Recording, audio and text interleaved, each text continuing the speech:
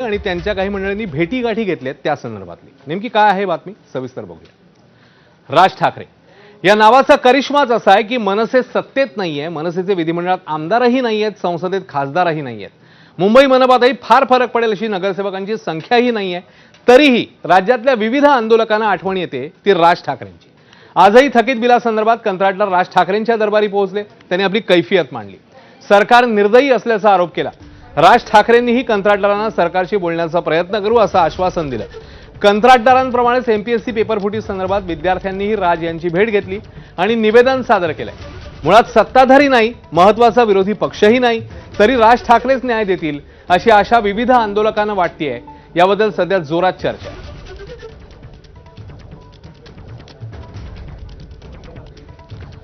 तर शासकीय कंत्राटदारांनी आज मनसे अध्यक्ष राज ठाकरेंची भेट घेतली। सरकारकडून कंत्राटदारांची तब्बल 86,000 कोटी रुपयांची थकबाकी अद्याप मिळालेली नाही असा दावा कंत्राटदारांनी केला।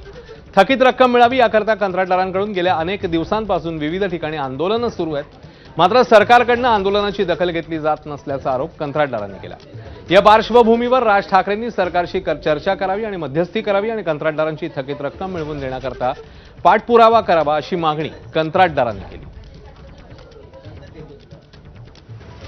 सर्वसामान्य जे ठेकेदार आहेत, जे गरीब कुटुंबातून आलेले, ते याच्या आधी त्या धंद्यावरती त्यांनी त्यांचे उदरनिर्वाह केलेले आहे, त्यांचा उदरनिर्वाह काढून घ्यायचा, यांचे पैसे थकीत करायचे आणि मोठ्या मोठ्या ठेकेदारांच्या ताब्यामध्ये, म्हणजे जसं अदानी अंबानी सारखे मोठ्या मोठ्या लोकांच्या ताब्यामध्ये हा सगळा व्यवसाय द्यायचा, असं शासनाने सर्व घाट घातलेलं आहे। म्हणजे जनतेला यांनी भिकारी समजतायत की हे काही नाही, येतील बसतील जातील निघून, परंतु एक दिवस हीच जनता यांना असा धडा शिकवेल की यांच्या विरोधामध्ये दगड जरी नेऊन ठेवला ना तो दगड पण जिंकून येणार आहे, हे आम्ही नक्की सांगतो। माझे आदिवासी विकास विभागाकडे जवळपास 20 कोटीचे बिल पेंडिंग आहे आणि पूर्ण महाराष्ट्र राज्याचे 10,000 कोटीचे बिल्स पेंडिंग आहे।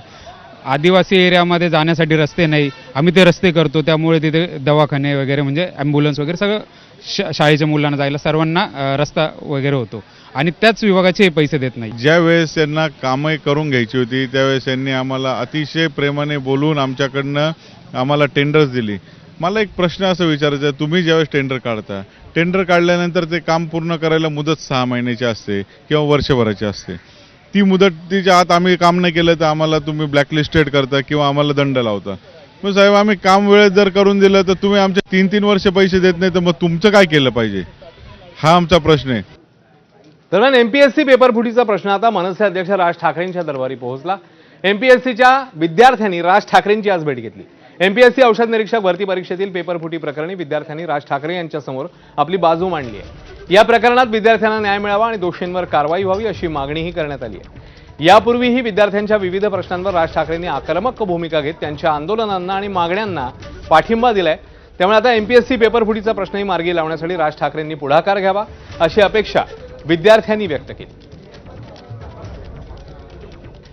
साधारणतः बघितलं गेलं ते 47,000 लोकांनी ही परीक्षा दिलेली होती आणि याच्यामध्ये जे काय आहे ते आर्थिक व्यवहार झालेले आहेत, तर याच्यामध्ये कोण कोण सामील आहे हे आम्हाला माहीत करून घेणं गरजेचं आहे, कारण याच्यात पैशांची साधारणतः 40 ते 50 लाख रुपयाची देवाणघेवाण झालेली दिसते।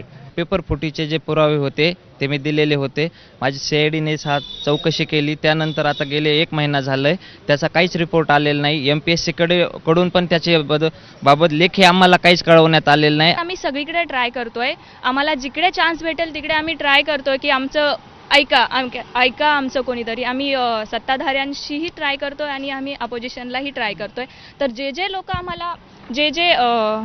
लोक आम्हाला सपोर्ट करतील असं वाटतंय, जिकडे आम्हाला दिसतोय चान्स थोडासा तिकडे आम्ही जाऊन सगळीकडे ट्राय करतोय। आपण बघितलं महाराष्ट्राचं मागचं राजकारण की बाळासाहेब ठाकरे जे आहेत यांच्या दरबारामध्ये जे प्रश्न भले प्रश्न हे कुठेही सुटत नव्हते ते यांच्या दरबारात सुटत होते।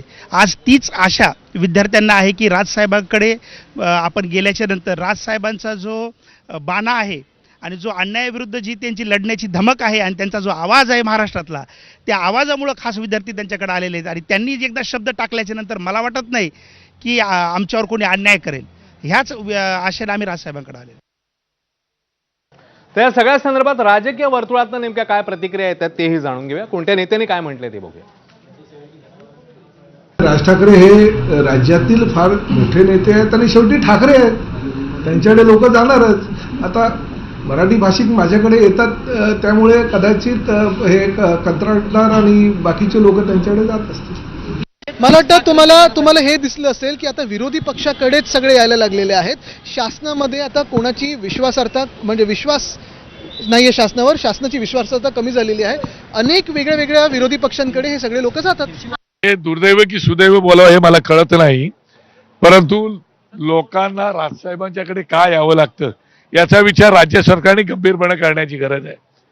मग आता जरा एमपीएससीचा विद्यार्थी आहे, काय एमपीएससीचे विद्यार्थी इथे येत आहेत, याचा अर्थ एमपीएससीच्या परीक्षा वेळेवर होत नाहीत, पेपर फुटतायत, अमुक तमुक बरेच विषय त्याला कनेक्टेड आहेत आणि म्हणून आजचे विद्यार्थी येऊन सगळे साहेबांना भेटून गेले. आता बातमी आहे एबीपी माझाच्या इम्पॅक्टची. मंत्रालय